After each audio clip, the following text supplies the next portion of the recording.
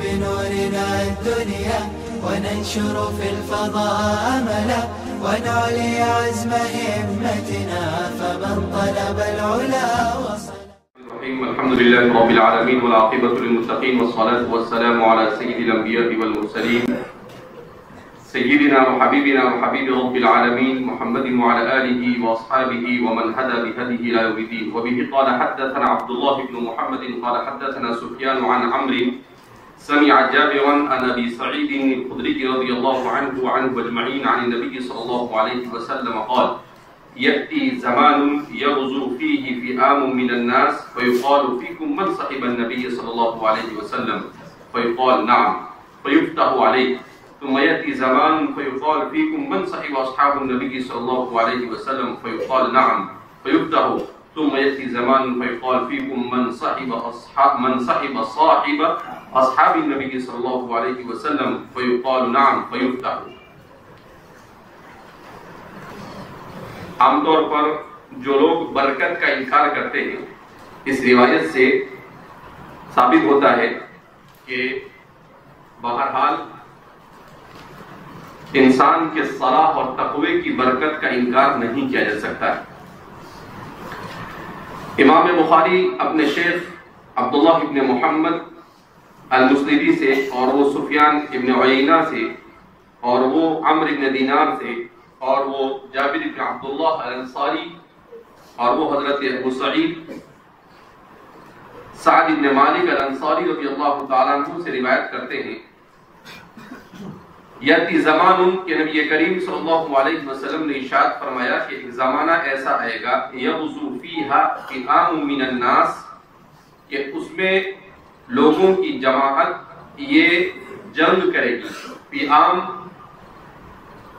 فئتن سے ہے اور اس کے معنی آتے ہیں جماعتن کے. اس میں گویا کہ حضرات صحابہ کی بھی فضیلت کو بیان کیا جا رہا ہے.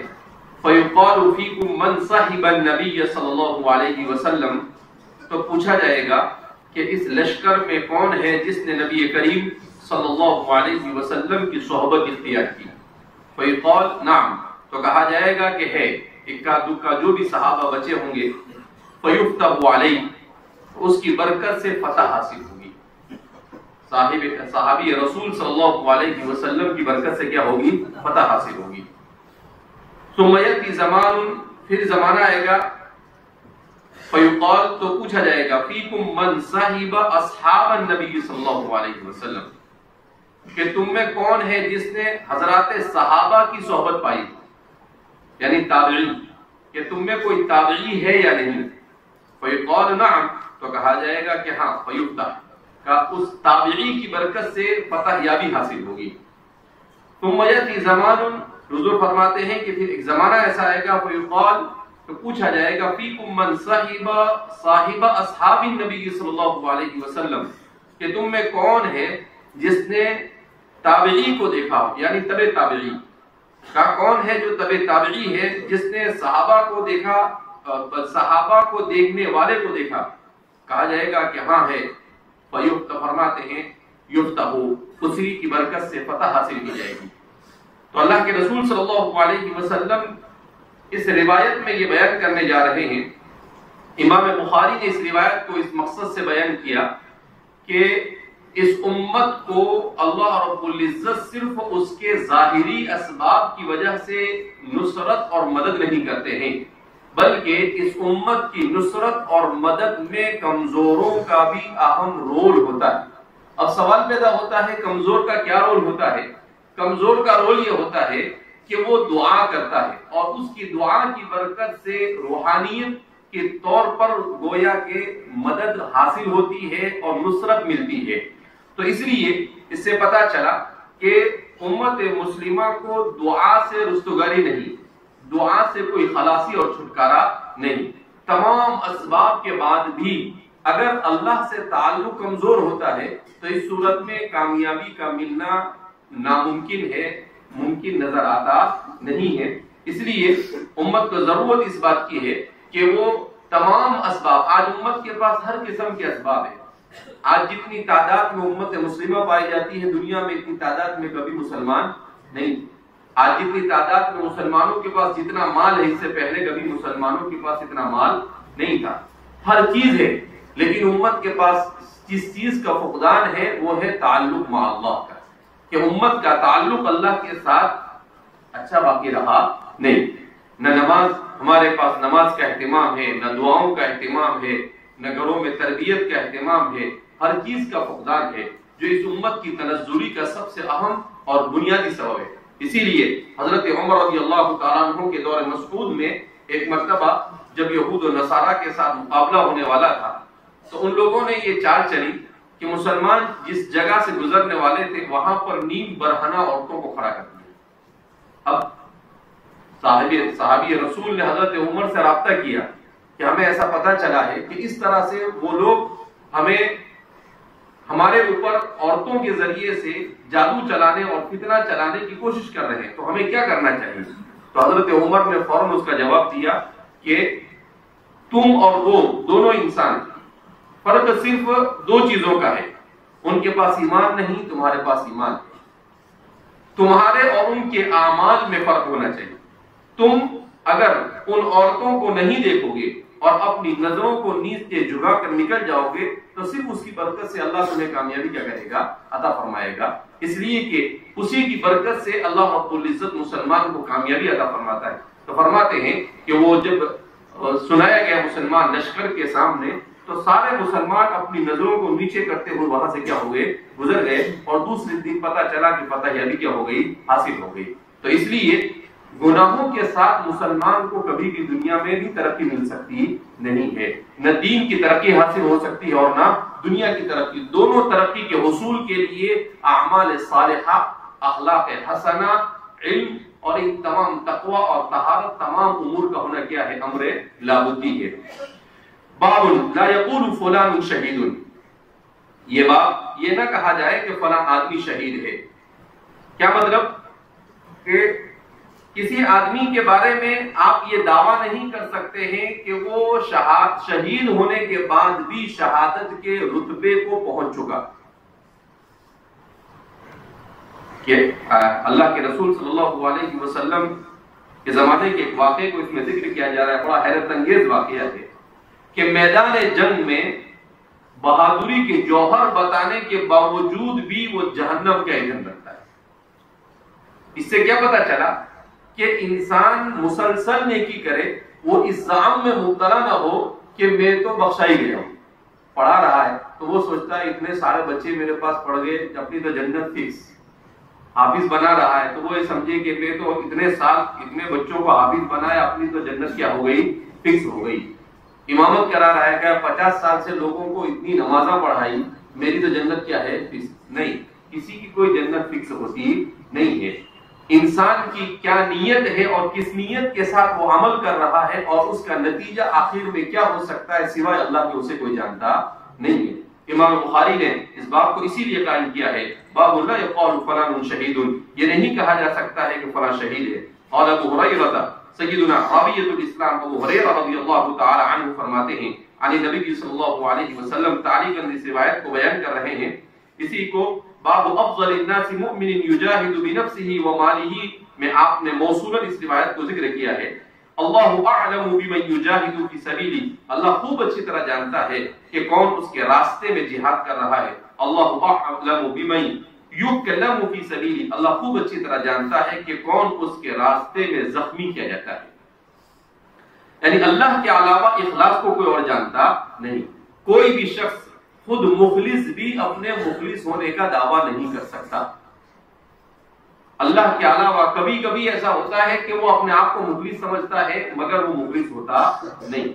یہ ایک ایسا امر ہے جس کے راز کو سوائے اللہ کی کسی کو اس کا علم ہوتا نہیں. اس لیے انسان کو عاجزی کے ساتھ اور کوشش کر اخلاص کی کوشش کر سکتا ہے مگر مخلص ہونے کا دعویٰ کوئی نہیں کر سکتا.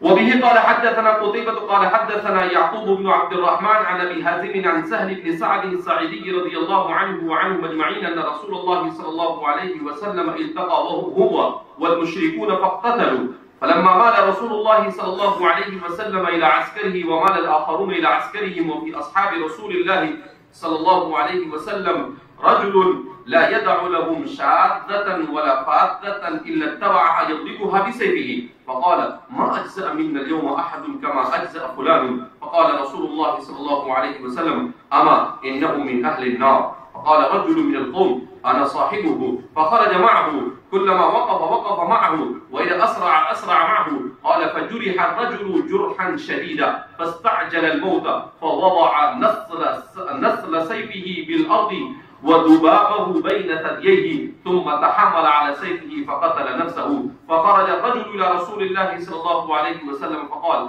أشهد أنك رسول الله قال وما ذاك قال الرجل الذي ذكرت آنفا أنه من أهل النار فأعظم الناس ذلك فقلت أنا لكم به فخرجت في طلبه ثم جرح جرحا شديدا فاستعجل الموت فوضع نسل سيفه في الأرض وذبابه بين ثدييه ثم تحمل عليه فقتل نفسه فقال رسول الله صلى الله عليه وسلم عند ذلك إن الرجل لا يعمل بعمل أهل الجنة فيما يبدو للناس وهو من أهل النار وإن الرجل لا يعمل عمل أهل النار فيما يبدو للناس وهو من أهل الجنة. حضرت سہل بن سعد الساعدی فرماتے ہیں کہ ایک جنگ کے موقع پر مسلمانوں اور مشرکوں کے درمیان مدبھیڑ ہوئی اور آپس میں قتال شروع ہو گیا.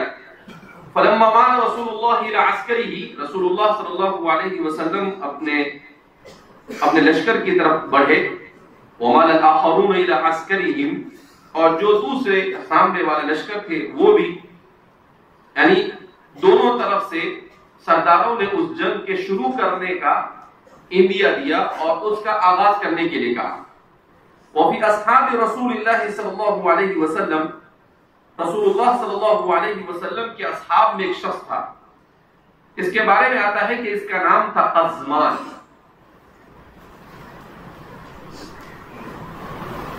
فرماتے ہیں کہ اس کا شمار منافقین میں ہوتا ہے.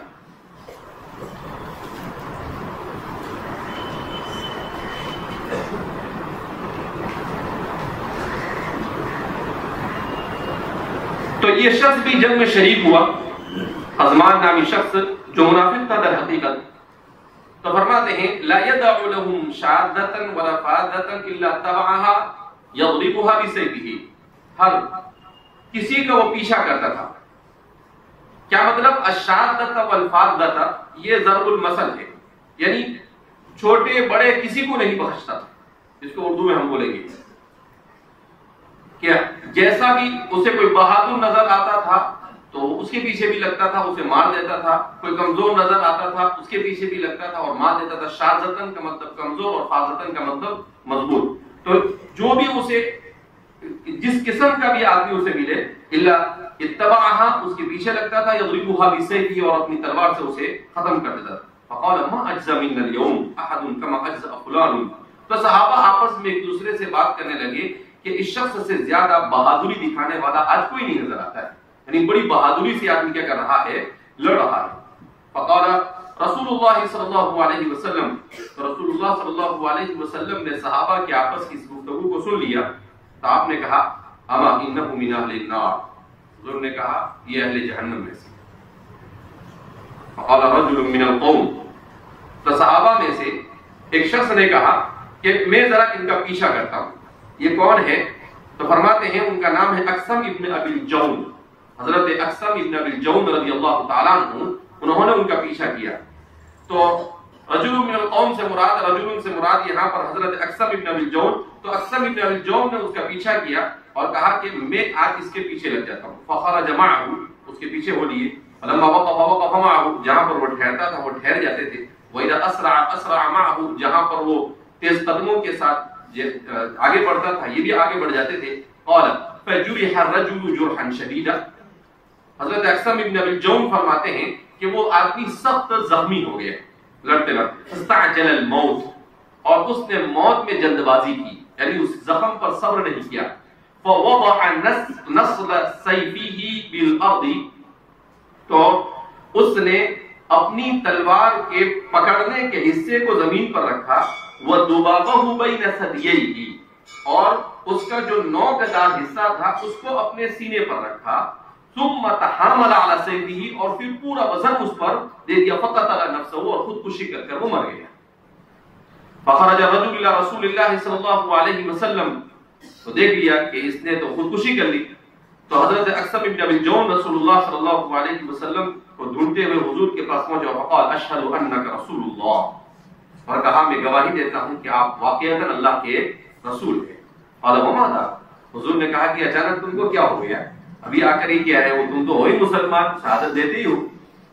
قال الرجل الذي ذكرت آنفا، تو کہا کہ الرجل الذي ذكرت آنفا، جس شخص کا تذکرہ ہو رہا تھا اور آپ نے ان کے بارے میں کہا کہ انه من اہل النار، کہ وہ اہل جہنم میں سے ہے، فعظم الناس ذلك، کہا کہ بالکل ایسا ہی ثابت ہوا، یہ اتنا آپ نے اتنا بڑا دعویٰ کیا کہ یہ جہنمی ہے تو وہ آدمی ایسا ہی ثابت ہوا۔ فقلت انا لکم بہ، فقال، تو کہا کہ جب آپ نے یہ کہا انا لکم بہ، تو میں نے صحابہ سے کہا میں اس کا پیچھا کرتا ہوں، انا لکم بہ، تمہیں صحیح اطلاع دینے کے لیے میں اس کا پیچھا کرتا ہوں۔ فخرجت بطلبہ، تو میں اس کی توہ میں لگ گیا۔ ثم جرح جرحا شدیدا، وہ شخص سخت زخمی ہوا، فاستعجل الموت، اور اس نے موت میں جلد بازی کی، فوضع نصر سیفہ فی الارض، اس نے تلوار کے پکڑنے کے حصے کو زمین پر رکھا اور اس کے دھاردار حصے کو اپنے دونوں چھاتی پر رکھا، ثم تحامل علیہ، اور پھر اپنا وزن اس پر ڈال دیا، فقتل نفسہ، یہاں تک کہ اس نے اپنے آپ کو خود ہی مار دیا۔ فقال رسول اللہ صلی اللہ علیہ وسلم عند ذلك، تو اللہ کے رسول صلی اللہ علیہ وسلم نے تربیت کے اس موقع کو ہاتھ سے نہیں گوایا، کہا کہ میرے صحابہ نے جب اس بات کو مان لیا ہے تو کہا چلو لگے ہاتھ ان کو ایک نصیحت کر دی جائے۔ حضور نے فوراً کہا ان الرجل لا يعمل بعمل اہل الجنت، کہ کوئی آدمی بظاہر لوگوں کی نظروں کے سامنے جنت والے عمل کرتا رہتا ہے، وهو من اہل النار، جبکہ وہ اللہ کے یہاں پر جہنمیوں میں لکھا جا چکا ہوتا ہے۔ وَإِنَّ الرَّجُلَ لَا يَعْمَلُ عَمَلَ أَهْلِ النَّارِ، اور کوئی آدمی لوگوں کی نظروں فِيمَا يَبْدُو لِلنَّاسِ، لوگوں کی نظروں کے سامنے جہنم والے عمل کرتا ہے، وَهُوَ مِنْ أَهْلِ الْجَنَّةِ، جبکہ وہ اللہ کے یہاں پر جنتی لکھا جا چکا ہوتا ہے۔ اللہ کے رسول صلی اللہ علیہ وسلم نے صحابہ کو اس بات کی نصیحت اور وصیت کی کہ دیکھو کبھی بھی صرف کسی کے ظاہر کو دیکھ کر آپ کسی کے جنتی اور جہنمی ہونے کا فیصلہ کر سکتے نہیں ہے۔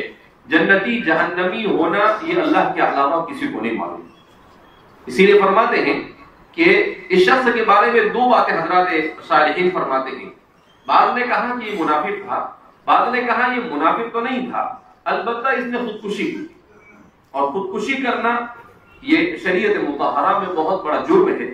شریعت نے کسی صورت میں بھی خودکشی کی کیسے بھی حالت آ جائے، شریعت نے اس کی کوئی اجازت دی ہے نہیں، اس لیے کہ خودکشی کی اجازت کا مطلب کیا ہے؟ صبر نہ کرنا۔ خودکشی کی اجازت کا مطلب کیا ہے؟ تو یہ دنیا تو ہے ہی کس کے لیے ہے؟ صبر کے لیے۔ اگر تو اس لیے ہماری شریعت کیسے ہی حالات آ جاوے، لیکن ہر حال میں انسان کو رضا بالقضاء، اللہ کے فیصلوں پر راضی رہنا ہے، صبر اور استقامت کے ساتھ حالات کا کیا کرنا ہے؟ مقابلہ کرنا ہے، مگر خودکشی کرنا جائز نہیں ہے۔ قرآن کریم اور احادیث مبارکہ میں ایسے شخص کے بارے میں جو اپنے آپ کو مار دے جہنم میں وہ ہمیشہ ہمیشہ رہے گا، اگرچہ ہمارے علماء نے اس کی تفسیر و توضیح یہ کی ہے کہ مجھ سے طویل اس سے مراد ہے، لیکن یہ اکبر الکبائر ہے، بہت بڑا گناہ ہے۔ کیوں؟ اس لیے کہ آدمی ایمان کے اعتبار سے عقیدے سے کمزور ہو وہی آدمی یہ حرکت کرتا ہے، ورنہ عقیدے سے مضبوط آدمی کبھی بھی یہ قدم اٹھا سکتا نہیں ہے۔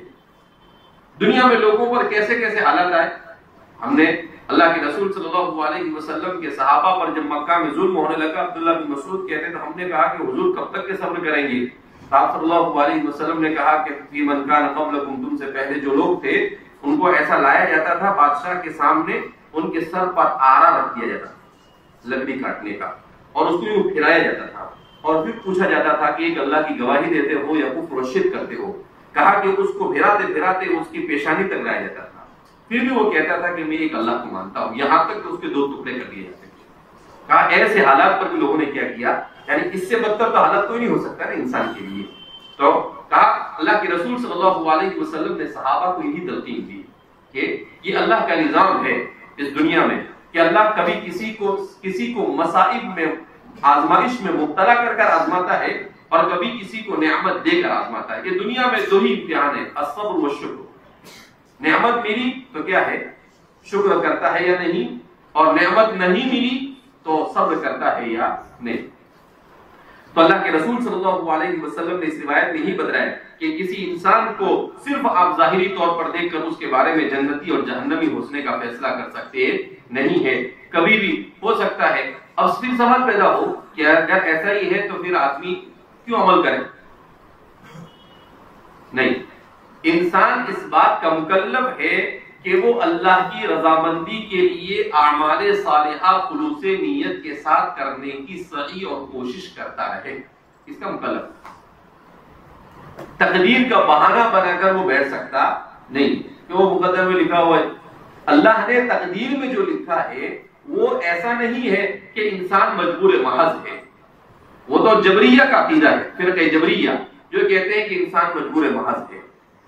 اور دوسرا فرقہ ہے معتزلہ، تو وہ کہتا ہے قدریہ جس کو کہتے ہیں کہ انسان مختار کل ہے. لیکن اہل سنت والجماعت کہتے ہیں کہ الانسان بین الجبری والقدری، قدر اور جبر کے درمیان کچھ اختیار بھی ہے اور کچھ مجبور بھی ہے وہ، لیکن کلی طور پر مجبور محض نہیں. اب سوال پیدا ہو کہ یہ کیوں ایسا؟ تو وہ انسان اگرچہ نیکی کر رہا ہے مگر اس کی نیت میں فطور ہے تو اللہ کے یہاں پر ویسے ہی فیصلہ ہوگا. تو پوری زندگی، اسی لیے بعض روایتوں میں آتا ہے، حضرت ابو ہریرہ کی ایک روایت ہے کہ بعض لوگ 60 سال تک نماز پڑھ کر آئیں گے اور وہ ساری نماز ان کے منہ پر دے ماری جائے گی، لا تقبل منها صلاۃ، ایک زندگی بھر کی ایک بھی نماز قبول نہیں ہوگی. تو صحابہ نے فوراً پوچھا کہ اللہ کے رسول صلی اللہ علیہ وسلم 60 سال کی نماز میں سے ایک بھی نماز قبول نہیں؟ کہا ہاں. کہا کیوں؟ لا یتم رکوعها ولا سجودها، نہ سجدہ صحیح کیا ہوگا نہ رکوع صحیح کیا ہوگا. صرف اس لیے نماز پڑھی ہوگی کہ لوگ کہے کہ حضرت نمازی ہے، لوگ کہے کہ بڑے کبھی نماز اتنی چھوٹتی نہیں. تو ظاہر سی بات ہے وہ ساری کے ساری نمازیں کیسے پڑھے گا آدمی؟ ایسے ہی پڑھے گا. تو اس لیے آدمی جو بھی عمل کرے اس عمل میں دو چیزوں کا انتظام ضروری ہے. ایک تو نیت خالصتاً بوجہ اللہ ہونی چاہیے، اور دوسرا اس میں اتباع سنت، کہ جو بھی عمل کرے رسول اللہ صلی اللہ علیہ وسلم کے بتائے ہوئے طریقے کے مطابق کرے، اور خالصتاً بوجہ اللہ، صرف اللہ کو راضی کرنے کے لیے کرے. یہ اس کی بھی وہ کوشش کرے، کرنے کے بعد دعویٰ نہیں کر سکتا ہے وہ، اس کی بھی کیا کرے، وہ کوشش کرے. لہذا اس بنا پر یہ حدیث بڑا اہم سبق ہے پوری امت کے لیے، اور خاص طور پر ان لوگوں کے لیے جو نیک کاموں کے اندر میں لگے رہتے ہیں، جو لوگ نیک کاموں میں کیا ہوتے ہیں، مشغول رہتے ہیں، جن کو اللہ نے توفیق دی ہے علم کی خدمت کرنے کی، دین کی خدمت کرنے کی، ان لوگوں کے لیے یہ حدیث بڑا اہم ترین سبق ہے. باب تحریض علی الرمی، یہ باب تیر اندازی پر تحریض کے بیان میں. وقول اللہ وَأَعِدُّوا لَهُمْ مَا اسْتَطَعْتُم مِّن قُوَّةٍ وَمِن رِّبَاطِ الْخَيْلِ تُرْهِبُونَ بِهِ عَدُوَّ اللَّهِ وَعَدُوَّكُمْ، اور اللہ رب العزت کا قول وَأَعِدُّوا. اب یہاں پر بیان کر رہے ہیں کہ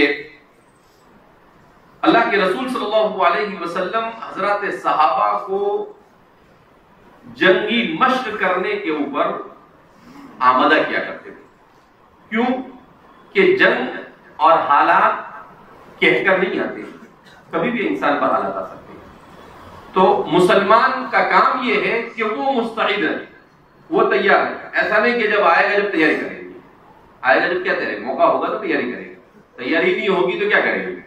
تو اس باب میں سب سے پہلے امام بخاری نے آیت کریمہ پیش کی ہے وَأَعِدُّوا لَهُم مَا اسْتَطَعْتُم مِّن قُوَّةٍ، کہ قرآن کریم کی آیت کریمہ ہے وَأَعِدُّوا لَهُم مَا اسْتَطَعْتُم مِّن قُوَّةٍ، کہ تم تیاری کرو مستطعتم جتنا تم سے ہو سکے قوت کے ذریعے، وَمِن رِّبَاطِ الْخَيْلِ، اور اپنے گھوڑوں کو مسلمانوں کی سرحدوں پر باندھ کر تُرْهِبُونَ بِهِ عَدُوَّ اللَّهِ وَعَدُوَّكُمْ، کہ تم اس کے ذریعے سے اللہ کے اور تمہارے دشمن پر رعب ڈال سکو. تُرْهِبُونَ بِهِ أَرْهَبَ يُرْهِبُ إِرْهَاب، اسی سے تُرْهِبُون جمع مذکر حاضر کا فعل مضارع کا صیغہ ہے. تُرْهِبُونَ بِهِ، اس کے ذریعے سے تم رعب ڈالو. تو اس آیت کریمہ میں اللہ رب العزت نے مسلمانوں کو اس بات کا حکم دیا کہ مسلمان ہر اعتبار سے ہر وقت تیار رہنا چاہیے. شیخ الاسلام حضرت مولانا تقی عثمانی صاحب نے مفسرین کے حوالے سے اس آیت کی تفسیر کرتے ہوئے بیان کیا ہے وَعِدُّوا لَهُمْ مَا اسْتَطَعْتُم مِّن قُوَّةٍ. کہا کیا مطلب من قوہ کا؟ کہا پہلے ہمارے شارحین کہتے تھے من قوتین کا مطلب یہ ہے کہ تیر اندازی سیکھو.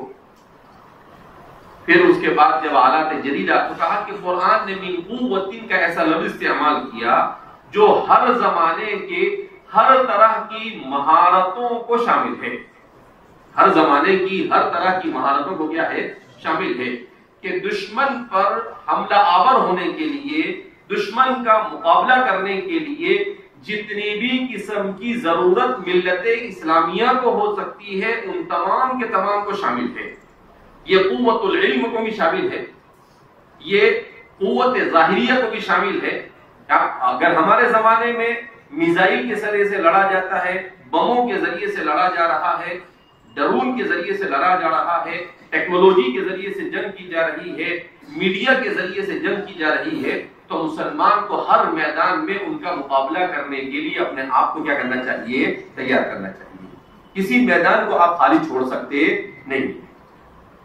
ترہبون بہ عدو اللہ وعدوکم، جس کے ذریعے سے تم اللہ کے اور اپنے دشمن پر اپنی دھاک دکھا سکو. جیسے آج پوری دنیا کے اوپر امریکہ کی دھاک بیٹھی ہوئی، کیوں مسلمان کی دھاک نہیں؟ اس لیے کہ مسلمان کھانے پینے میں مست ہو گئے، مسلمان نے علم کا میدان چھوڑ دیا، مسلمان نے اخلاق کا میدان چھوڑ دیا، مسلمان نے جنگی میدان چھوڑ دیا، سارے میدان چھوڑ دیے ہم نے. ہم کو موبائل پکڑا دیا دشمن نے، ہم اسی میں مبتلا ہو گئے. ابھی پرسوں کی نیوز ہے اسرائیل میں، وہاں کا جو سب سے کٹر یہودی فرقہ ہے، اس فرقے کا جس علاقے میں وہ رہتا ہے اس علاقے میں کوئی بھی موبائل کی شاپ نہیں، اور حکومت نے وہاں موبائل کی شاپ رکھی. تو وہاں کے لوگوں نے، وہاں کے جو ان کے علماء ہیں، انہوں نے اس کی مخالفت، کہا کہ ہمارے یہاں پر یہ نہیں چاہیے، اور اس کو وہاں سے بھگا دیا. کہا کہ نہیں، ہم ہمارے بچوں کو موبائل نہیں دیں گے. کہا ہم ہمارے بچوں کو یہ سکھائیں گے کہ اس وقت دنیا میں ہمیں اپنے تسلط کے لیے 3 چیزوں کی ضرورت ہے. تو ایک باطل ہو کر وہ اس بات کو سمجھتا ہے، اور آج ہم اہل حق ہو کر بھی اپنی اس بات کو سمجھنے کے لیے تیار نہیں. تو وہاں سے ختم کر دیا انہوں نے، اور حکومت نے صرف ان کے ساتھ اتنی سی زیادتی کی، اس پر انہوں نے وہ جو حکومت تھی اس حکومت کو گرا دیا. اس کو گرا دیا، حکومت کو گرا دیا کہ تم کیوں ہمارے بچوں کو اور ہماری نسلوں کو برباد کرنے پہ تلے ہو موبائل ہاتھ میں لے کر. اس سے پہلے بھی ایک جگہ پر میں پڑھا تھا شیخ مولانا کے کسی کے حوالے سے کہ جس زمانے میں ٹی وی ہوتی تھی اس زمانے میں برطانیہ کے ایک محلے میں کسی مسلمان عالم کا جانا ہوا تو دیکھا کہ ایک کے گھر پر بھی ٹی وی کا اینٹینا نہیں. تو پوچھا کیوں؟ کہا کہ ہم لوگوں کو ان کا وقت ضائع کرواتے ہیں، ہم اپنا وقت ضائع نہیں کرتے ہیں. ہم تو سیکھنے سکھانے میں اپنا وقت لگاتے ہیں کہ کس طریقے سے دنیا کے سائنس اور ٹیکنالوجی کے ساتھ اپنے آپ کو چلا جائے اور مستقبل کے لیے اپنی نسلوں کو کیا کرتے ہیں؟ تیار کرتے ہیں. تو دنیا میں وہ مشکل سے 5% بھی نہیں ہوئی. اس کے باوجود بھی آج دنیا کی تمام کے تمام جتنی بھی میڈیا کی کمپنیاں ہیں سب ان کی، دنیا میں سوشل میڈیا ان کے ہاتھ میں، دنیا کے جتنے بھی وسائل ہیں جو انسانوں پر اثر انداز ہوتے ہیں وہ سب کے سب کس کے ہاتھ میں ہیں؟ ان کے ہاتھوں میں. اور اس کی وجہ سے وہ اپنی مرضی سے جو چاہتے ہیں کیا کرتے ہیں. بہرحال اس میں ان کی اس محنت کو دخل ہے اور ہماری اپنی کوتاہی اور سستی کو بھی دخل ہے کہ اگر ہم اپنے آپ کو ہر میدان میں ہمارا ایمان بھی کمزور، ہم علم اور تعلیم کے میدان میں بھی پیچھے، اور ہم ہتھیار کے میدان میں بھی پیچھے. مسلمانوں کو ہتھیار لینا ہو تو ان کے پاس لینا ہو، اور وہ کیا کرتے ہیں معلوم؟ ایکسپائر ڈیٹ ہتھیار پکڑا دیتے ہیں. ان کے پاس جو ختم ہونے والا ہوتا ہے وہ پکڑا دیتے ہیں. یہ دنیا میں جو جنگیں ہوتی ہے، جنگ کیا ہے؟ ایک قسم کا ناٹک ہے. ان کے پاس ہتھیار بنے ہوتے ہیں، ان ہتھیاروں کا ڈیٹ ہوتا ہے. جب وہ ڈیٹ ختم ہونے والا ہوتا ہے تو کہیں پر بھی کسی بھی ملک پر وہ مسلط کر دیتے ہیں، وہاں جنگ کرتے ہیں اور پھر لوگوں کے پاس سے اس کے پیسے کیا کرتے ہیں؟ وصول کر لیتے ہیں. اس طریقے سے دنیا میں جنگیں کی جاتی ہیں. تو اس لیے یہ آیت کریمہ ہونے کے بعد بھی اگر مسلمان اپنے آپ کو تیار نہ کرے تو ظاہر سی بات ہے اس سے زیادہ بدقسمتی، کیونکہ اللہ نے تو سب کچھ بدلا دیا. اللہ کے رسول نے بھی ساری چیزیں جتنے بھی ہدایات ہو سکتی تھی وہ ساری کیا کر دی ہم کو بتلا دی. اب اس کے بعد اگر ہم نے نہیں عمل کیا تو الزام ہم پر آئے گا یا اللہ اور اس کے رسول پر جائے گا؟ ہم پر الزام آئے گا کہ ہم نے اپنے آپ کو ان چیزوں کے لیے تیار نہیں کیا. انسان کے لیے دنیا میں ذلت سے بڑی کیا چیز ہو سکتی ہے؟ آج مسلمان کا کوئی وزن ہے؟ کوئی وزن نہیں.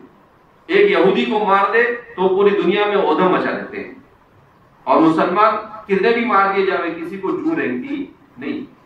اللہ کے رسول صلی اللہ علیہ وسلم نے اس سلسلے میں بیان کیا تھا کہ سیأتی علی امتی زمان، کہ میری امت پر ایک زمانہ یوشک ان تداعى علیکم کما تداعى الاکلۃ علی قصعتها فقال قائل ومن قلة نحن یا رسول اللہ قال لا بل انتم کثیرون ولکنکم غزاء کغزاء السیل. کہا تمہاری کوئی حیثیت نہیں ہوگی، سمندر کی جھاگ کی طرح ہوں گے.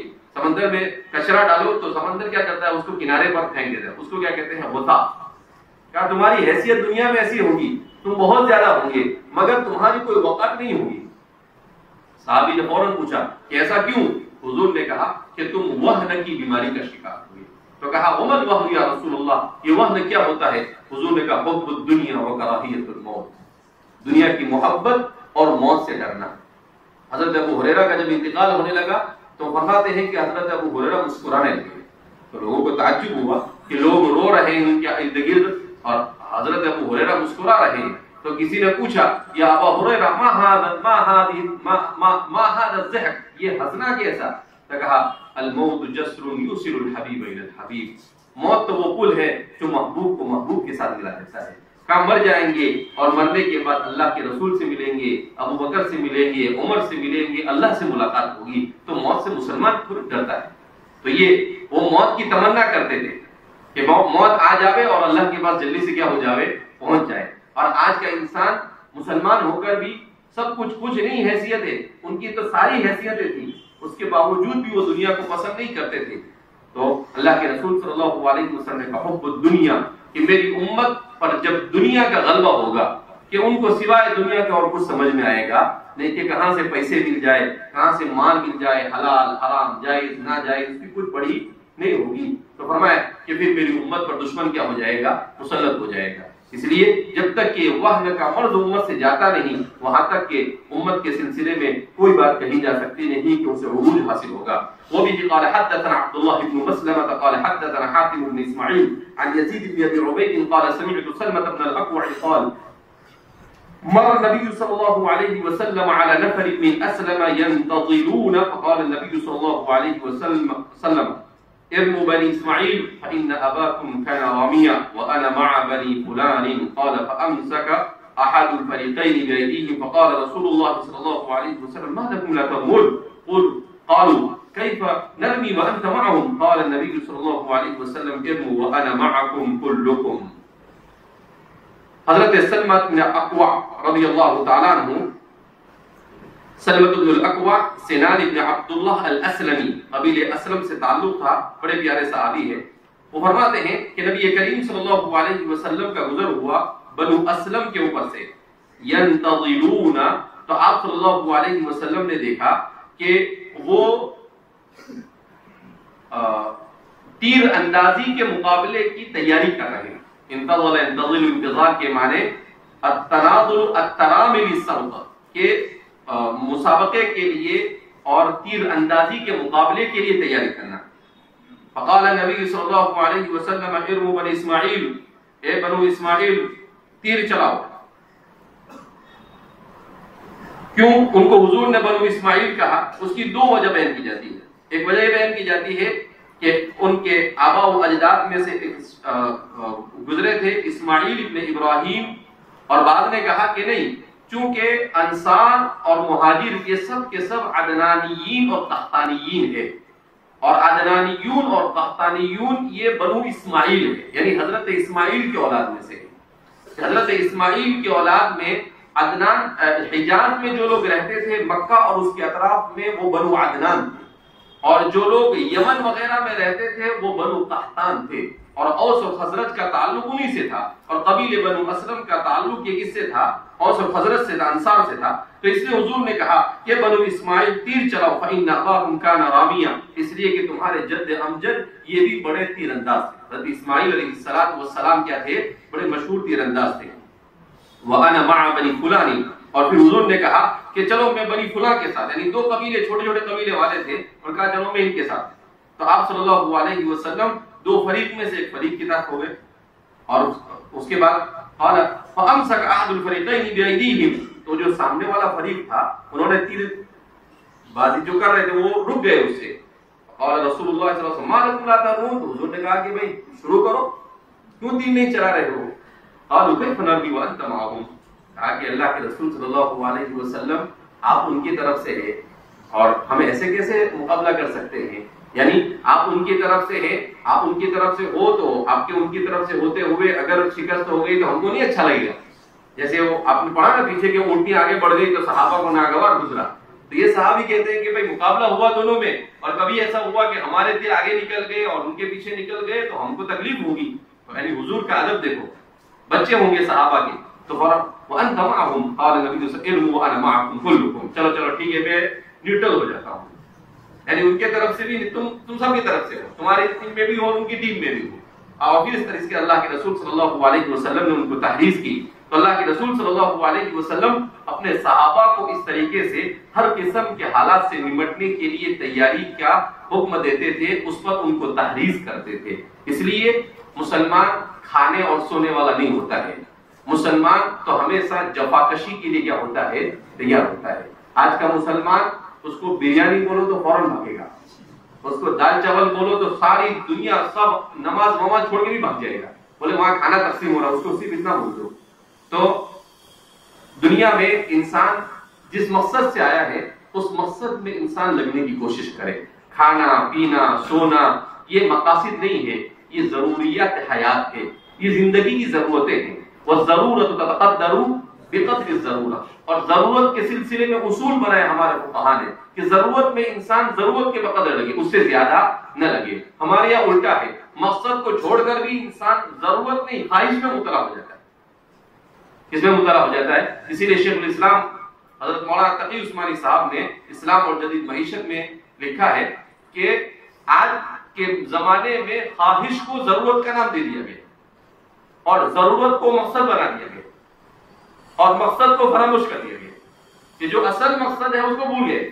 عبادت مقصد ہے، ریاضت مقصد ہے، تقوی حاصل کرنا مقصد ہے، علم کا حصول مقصد ہے، یہ سارے مقاصد ہیں، اس کو بھول گئے ہم. اور کھانا جو ضرورت تھا اس کو مقصد بنا دیا، اور گھومنا پھرنا وقت ضائع کرنا یہ ضرورتیں نہیں ہے، خواہشات ہے، اور ان خواہشاتوں کو ہم نے کیا بنا دیا؟ ضرورت. اب موبائل ضرورت ہے، ضرورت نہیں ہے، لیکن موبائل کو ہم نے ضرورت بنا دیا. لیکن موبائل کے بغیر کیسے چلے گا؟ گھر پہ کچھ ہوگا تو کیسے پتا چلے گا؟ ارے موبائل آ جائے. 15 سال پہلے کون سا موبائل تھا؟ کوئی موبائل تھا؟ 50-60 سال پہلے کوئی فون تھا؟ کچھ نہیں تھا. دنیا میں انسان جی رہا تھا نا. ضرورت کس کو کہتے ہیں؟ کہ جس پر بقائے حیات ہو. اس پر بقائے حیات منحصر نہیں ہے، بلکہ اس پر تو ضیاء حیات منحصر ہے. اس پر تو کیا ہے؟ انسان کی زندگی کے قیمتی اوقات اس میں کیا ہو رہے ہیں. تو اس لیے کہا کہ اس وقت سب سے زیادہ ضرورت ہے امت کو کہ وہ ضرورت اور خواہش میں فرق کرے، کہ ہر چیز کو اٹھا کر ضرورت نہیں بنا دیا جاتا ہے. ضرورت اس کو کہتے ہیں جس پر بقائے حیات کا انحصار ہو، اور مقصد اس کو کہتے ہیں مسلمان کے لیے مقصد وہ ہوتا ہے جس پر آخرت کی کامیابی منحصر. مسلمان کے لیے مقصد کیا ہے؟ جس پر آخرت کی کامیابی منحصر ہو، اور ضرورت جس پر بقائے حیات دنیاوی کیا ہو؟ منحصر ہو، اور خواہش جو دونوں کو تباہ کرے، جو دنیا کو بھی تباہ کر دے اور آخرت کو بھی تباہ کر دے.